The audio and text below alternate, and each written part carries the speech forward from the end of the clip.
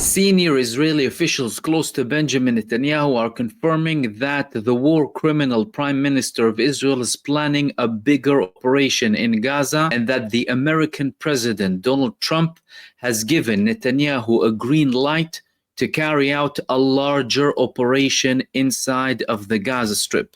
We'll begin with this report here in one of the main Israeli mainstream media outlets. The hammer has fallen. We are going to a full occupation. If this does not suit the chief of staff, let him resign. Confirming again that they received a green light from Donald Trump.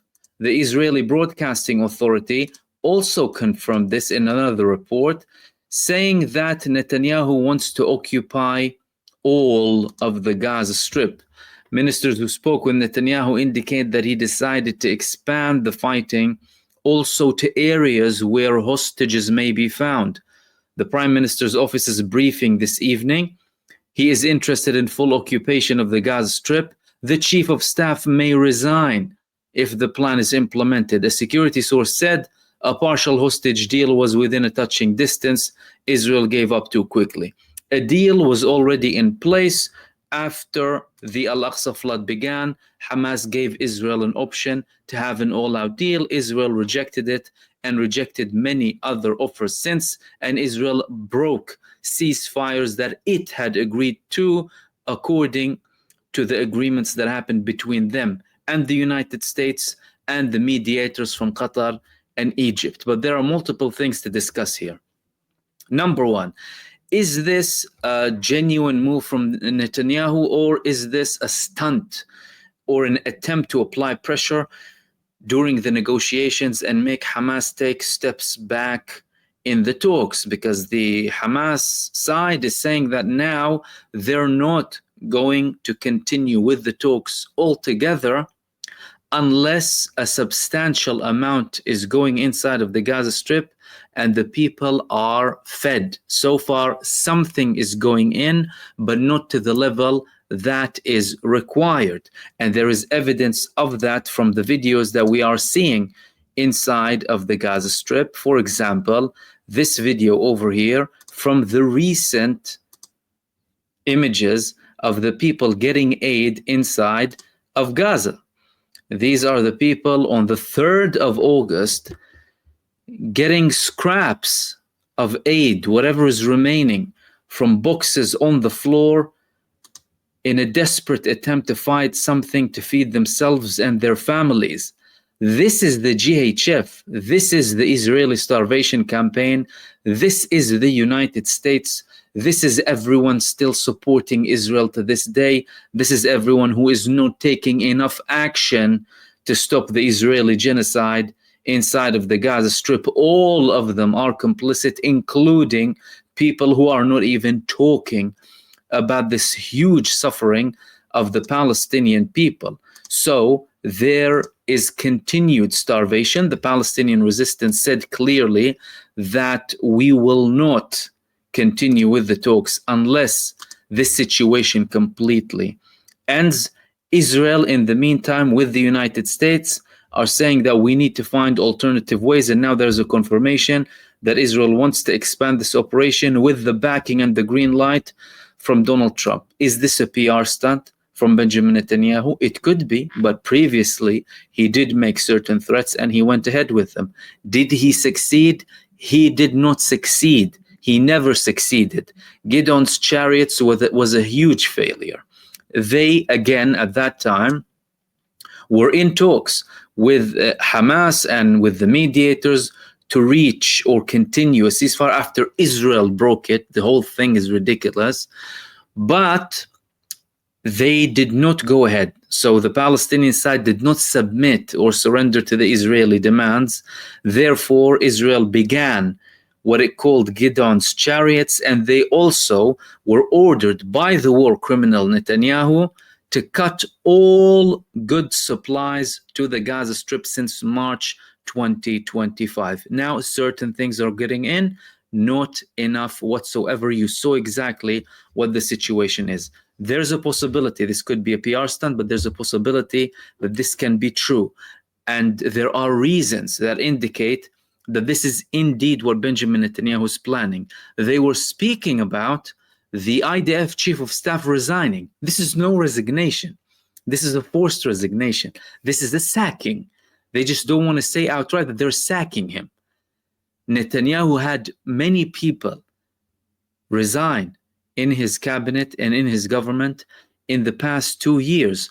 War cabinet members who were the previous IDF chiefs of staff, Eisenkot and Gantz, several leading figures in the Israeli army, the whole team of the spokesperson, the previous IDF chief of staff, leaders of significant divisions inside of the Israeli army. He forced Ronen Bar to resign. He changed the defense minister also. All of these were forced resignations. In other cases, resignations that came from these people themselves. Those who Netanyahu didn't like, he was forcing them to resign. And now they're talking about the IDF chief of staff. But what is it about the IDF chief of staff? Because don't forget, they brought him as a replacement for Herzi Halevi. Herzi Halevi, at the time, was considered to be a man who is a challenge and posed a challenge for Benjamin Netanyahu. The ministers in Netanyahu's cabinet, especially Ben Gvir and Smotrich, did not like him. He was forced to resign, and then they were selling Zamir as if he is the man for the job, who will finish the job, who will go and occupy all of the Gaza Strip and finally get this over and done with. That clearly wasn't the case. Only weeks after Zamir went into the position of the IDF chief of staff, cracks started to show. Zamir started to have an input. Zamir said recently that he is not in favor of continuing this operation. He constantly highlights the negative side of continuing the operation. We had other reports confirming some of the things that happened recently in relation to Zamir. One of them was this here. For several days, Chief of Staff Zamir has been requesting a discussion in the Political Security Cabinet, which plans for continuing the fighting in Gaza will be presented. In that meeting, he wanted them to clarify exactly how are we going to continue. On the other hand, Prime Minister Netanyahu prevented a discussion in the cabinet and has not allowed the plans to be presented and approved. The defense establishment is attacking the conduct of the political echelon. The security source said and admitted, we don't know what they want.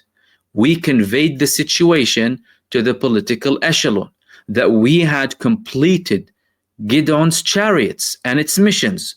We told the political echelon, this is your time to make an effort. But they're not getting a meeting and they're not even getting a response. What do you want to do exactly? They continued, we understand that we have changed our position at the moment and we are ready to go for a single deal and not in stages, but the problem is that we don't know what's happening in the talks. We used to be partners and know what is happening now. It is being conducted between two, Netanyahu and Dermer, the Prime Minister and Minister Dermer. We received the information about what is happening from the other side through the intelligence channels. We have clarified to the political echelon the consequences of continuing the fighting for the army. This is extremely dangerous. They're not involving the Israeli army in the talks because Benjamin Netanyahu and Dermer, they want to dictate what happens in the talks. Dermer is nothing but a poodle for Benjamin Netanyahu, like what's called the defense minister, Yisrael Katz. Small poodles and yes men for Benjamin Netanyahu who do what they are obeyed to do. Therefore, they're being singled out. They're not being involved in the talks, and that is something that didn't happen previously in Israel. They continued to speak about the dangerous things that would happen to the IDF if they continued down this path. We explained that the continuation of the mission creates bad outcomes for the IDF. There are commanders who haven't conducted training since they finished an officer's course. They don't know how to prepare a training file. There is enormous attrition within the IDF's frontline units. There are soldiers and commanders who only know one type of fighting, and that is Gaza. They're describing a situation that we're constantly speaking about, how this army is exhausted, completely defeated.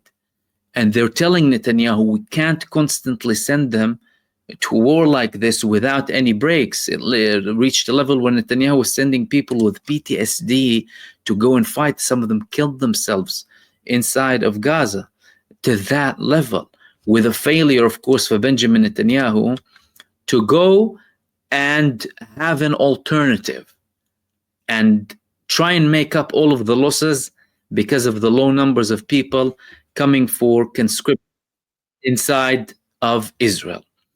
This is describing exactly how Benjamin Netanyahu is detached from reality. He's treating the whole country in a psychopathic manner, but it's not only him. He has a lot of ministers in his cabinet, and there's a big chunk of the Israeli society who share this view. One of his ministers, Tali Gottlieb, her name is, she shares the same view. In a recent Knesset meeting where some of the families of the prisoners of war were invited, they were talking about the suffering and what they face. She said, you need to shut up. You better shut up. You shouldn't talk, because Hamas are listening. And whatever you say can contribute to Hamas, can be beneficial for Hamas.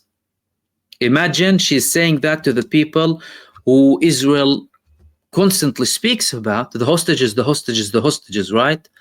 Whereas the top aide of Benjamin Netanyahu, one of his top aides in the government, is telling them to shut up. And ministers in his allied parties inside of the Israeli government are saying that we need to consider them missing people, not kidnapped. Some people were suggesting that they should be killed too, because according to them, there was a consideration to kill the Jews in Auschwitz. And we need to take that consideration now, killing the Jews in Gaza, because, they're being starved to death and many of them are going to die. These are talks happening from circles close to Benjamin Netanyahu. That shows you that some of the people in his government are totally careless about the situation. This led to many in the Israeli security and intelligence community, previous heads of the Israeli military intelligence community, and of course all of the conduct of Benjamin Netanyahu in this genocide, led them to release a joint statement in which they said that Israel is on the verge of defeat. There was an article published on one of the Israeli media outlets speaking about this video. Former security officials issue unusual warning. We are on the verge of defeat. Most former senior defense officials have launched a campaign addressing the situation in the war in Gaza and calling for an immediate end to the war. It is leading the state of Israel to the loss of its security and freedom. And according to them, it started off as a justified war, but later on, it stopped becoming justified. And now Israel is on its way for a total destruction. And according to them, there is a consensus amongst the heads of the security and intelligence establishment, an overwhelming majority, to stop this war, because they're seeing what's coming. Many in Israel now are outright saying that there is irreparable damage from all of this genocide. And the people who led the security establishments, and some of them who are still serving now, know the score. These people are not ignorant. And it doesn't matter how much propaganda Israel publishes. At the end of the day, these people know the score. And they know how much harm they're doing for the state of Israel. In the meantime, there have been more talks about another potential war between Israel and Iran. Both sides are preparing themselves. Both sides have spoken about that potential. And Iran today, they published a video in the Iranian media about extremely sensitive information that they received about the pilots who participated in the 12-day war that was between Iran and Israel following the Israeli terrorist aggression against the state of Iran and the intense response that came from Iran. And in this video, they were showing images, videos, and details about all of the pilots, or at least some of the pilots, who participated in the war. This is something exceptionally significant. They're talking about the people, the images of the people, the details of the people, where they live, their names, their relatives. Do they have partners who participate also in the Israeli army or in the Israeli Air Force? And they gathered all of this information and published it in one of their mainstream media outlets. This is proving that Iran is preparing heavily for the next round. More reports about Chinese support and Russian support for Iran too, to prepare for the next round, although there were already reports of their support happening to Iran during that war. But the Iranians are also sending a message that not only are we preparing, we are aware too of what Israel is doing. We know who participated, and this is an indirect threat too. We know who you are, therefore you're on our hit list, and you should take measures to protect yourselves in the next war, as and when it happens, because the more time goes by, the more Benjamin Netanyahu talks about more escalation, the more likely that he would have another round with Iran. I was speaking in the previous video about the fact that Benjamin Netanyahu now lost this moment of glory, this fake moment of glory he had with Iran, because Israel did not take advantage of that situation. He did not reach a deal, and the more time went by, the more things started to get revealed. All of a sudden, the Israeli media started to speak about how much Israel suffered during that war. The Israeli army is deliberately releasing videos of Palestinian resistance actions against the Israeli army. More talks about the vulnerability of Israel against Iran and how ineffective it was, actually, because Iran is continuing to develop ballistic missiles, hypersonic missiles, and it still carries on with its nuclear program. And all of these things are attempts coming from some in the military and some in the Israeli media to apply pressure on Benjamin Netanyahu by highlighting these accomplishments of his enemies, of his biggest enemies. Yet Netanyahu, so far, again, according to the recent reports, and unless, this is all a lie or a tool in the negotiations to try and apply pressure on Hamas, he's saying that he wants to expand this operation and that he has a plan now for a full occupation of the Gaza Strip, regardless of how substantiated it is and next to impossible it is. The United States, Russia, they failed against guerrilla warfare. Israel doesn't have more capability than Russia or the United States.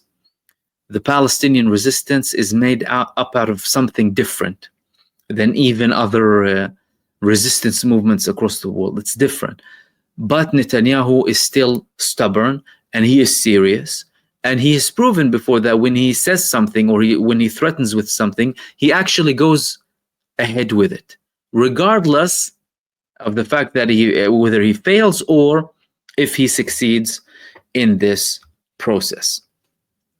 The final thing that I wanted to talk to you about, a recent interview took place of the US labor activist who was intercepted and beaten by the IDF, and he had an interview that I wanted to share with you about his experience after he was taken from the Handala boat, illegally, of course, that was trying to go to Gaza to bring in some aid and show solidarity to the Palestinian people. He spoke about the conditions, how the IDF treated him, how he was subject to racism, and all of his experience when he was held by the Israeli terror army after they took him from the boat that was going to Gaza. Let's have a look at this video.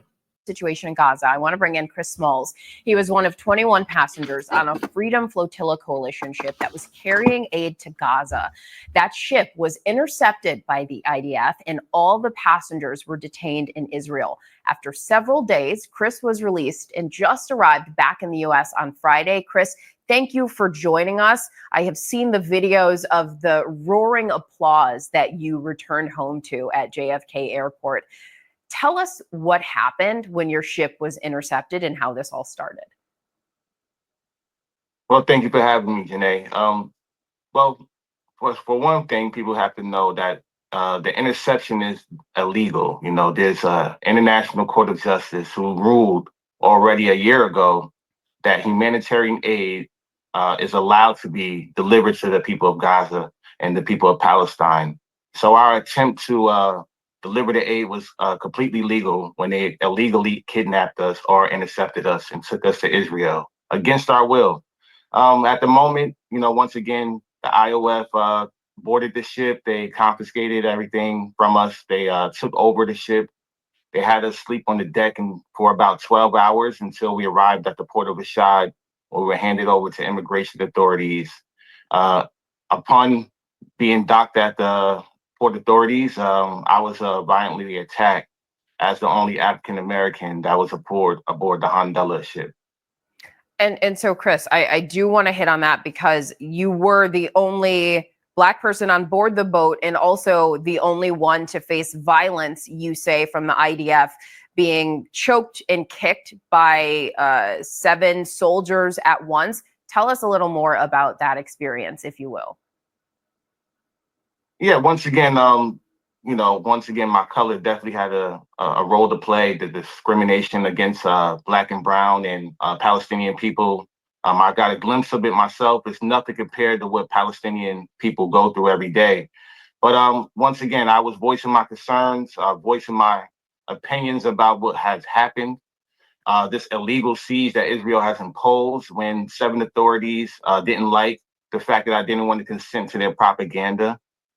They violently threw me to the ground. They put their knees in my back. They 3 on each side levitated me while one of the soldiers or authorities grabbed my hair, pulled my hair back and my jewelry to use it as a noose to choke me. And as he was choking me, he was yelling, telling me a bunch of racist remarks, saying he's not my brother and telling me to shut up repeatedly until I was separated from the rest of the volunteers. They kept me isolated in a room. They threw me up against the wall a couple of times. Once again, just subjected to horrific conditions that nobody else had to face. And, I kind of expected that, but I didn't expect it to be that extreme. And I'm glad that I'm here to tell the story and once again, to shed light on the atrocities that Israel has imposed on the Palestinian people. They need to be held accountable and we need to break their illegal siege. Well, we absolutely are glad that you're here to tell the story too. And those are difficult details to recount. And so I appreciate you doing that. We do need to note that we've reached out to the IDF and haven't heard back comment. But the Israeli Foreign Ministry says that their Navy stopped the vessel from illegally entering Gaza and that unauthorized attempts to breach the blockade are dangerous, unlawful, and undermine ongoing humanitarian efforts. Chris, can you respond to that and talk about the treatment during your detainment? Yeah, once again, that's a complete lie. The International Court of Justice ruled in the case against South Africa versus Israel that humanitarian aid is allowed to be delivered. The blockade that they claim to uphold is not real. It's not a real thing. They don't have no jurisdiction on international waters, especially in Palestinian territories where we were 60 miles from Gaza Strip.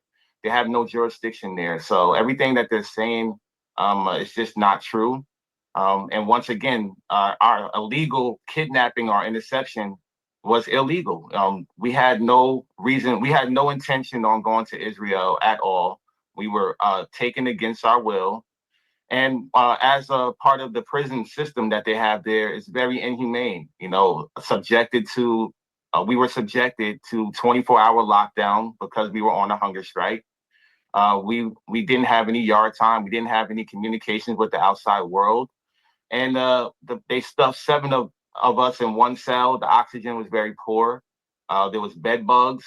They were neglectful when it came to giving us water just to survive. And because of that, a lot of us are still suffering with aftermath of getting fluids put into them. And myself personally, I have a severe case of scabies due to the prison conditions that I'm dealing with right now. And people need to know that this is definitely an apartheid state, and I've never experienced any type of evil or hatred in my entire 37 years in living in America.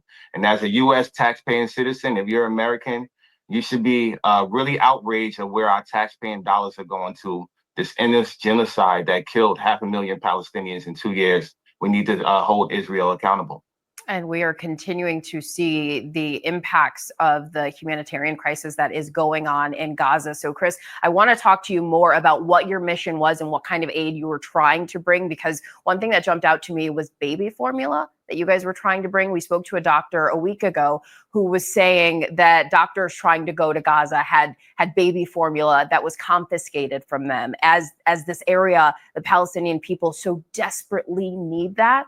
So talk to us about your mission and what kind of aid you were trying to bring. Yeah, well, we definitely know that we didn't have enough aid to feed all of people of Palestine or Gaza. But we had medicine, we had baby formula, we had baby diapers, we had women care products, we had prosthetic parts. And most importantly, we have a whole bunch of hope and love and solidarity. We knew once again that the goal is not to deliver the aid, is to deliver hope to the people of Gaza, to the people of Palestine, and to once again hold Israel accountable to break this illegal siege that didn't take place on October 7th. This siege has been happening for the last 2 decades. So that's something that needs to be shed light on, is that Israel has controlled the borders of Gaza for over 2 decades, what goes in and what goes out. And it's a shame that once again, baby formula and a boat full of stuffed animals and medical supplies wasn't allowed in by civilians who have legal rights to deliver this aid. And that's the real story, the real focus. It's not about myself. It's not about the 21 volunteers on the vessel. It's all about the people of Gaza right now and the people of Palestine. We need to continue to shed light and hold our governments accountable. And so, Chris, while we do have you, we know that you've spoken with other media, but your first time since getting home speaking with a network here in the United States. What do you want any American out there who is watching this, who has heard your name, knows what's going on? What do you want them to know? Once again, touching on our taxpaying dollars, billions of dollars is going towards this endless war and genocide. And the slaughtering of 500,000 Palestinians in less than 2 years. Our taxpaying dollars need to stay home right here, where we have a lot of issues that we need to talk about here, right here, when people are living paycheck to paycheck, when we have a homelessness crisis, where we have the fact that AI is coming to take over people's jobs. Our governments are failing us right before our eyes. And I went out there as a labor leader to put pressure on the labor unions as well, who have been shipping arms and complicit in this genocide and participating by manufacturing weapons. We need to hold our governments accountable, corporations accountable, and absolutely labor unions. If you're involved in Israel deals or investments, you need to be held accountable as well. The blood is on all of these entities' hands. And once again, as a taxpaying citizen, we all need to be outraged that our money is going towards killing women and children in Gaza right now. And we need to hold them accountable for this. Break the illegal siege in Gaza. Well, Chris, we appreciate you coming on to talk to us today. Glad you were back home safe here on U.S. soil. And there are so many people who are commending your courageousness and your bravery for all that you have tried to do. Thank you so much again. And we have reached out to the Israeli military for comment. We have not heard back on the specific allegation.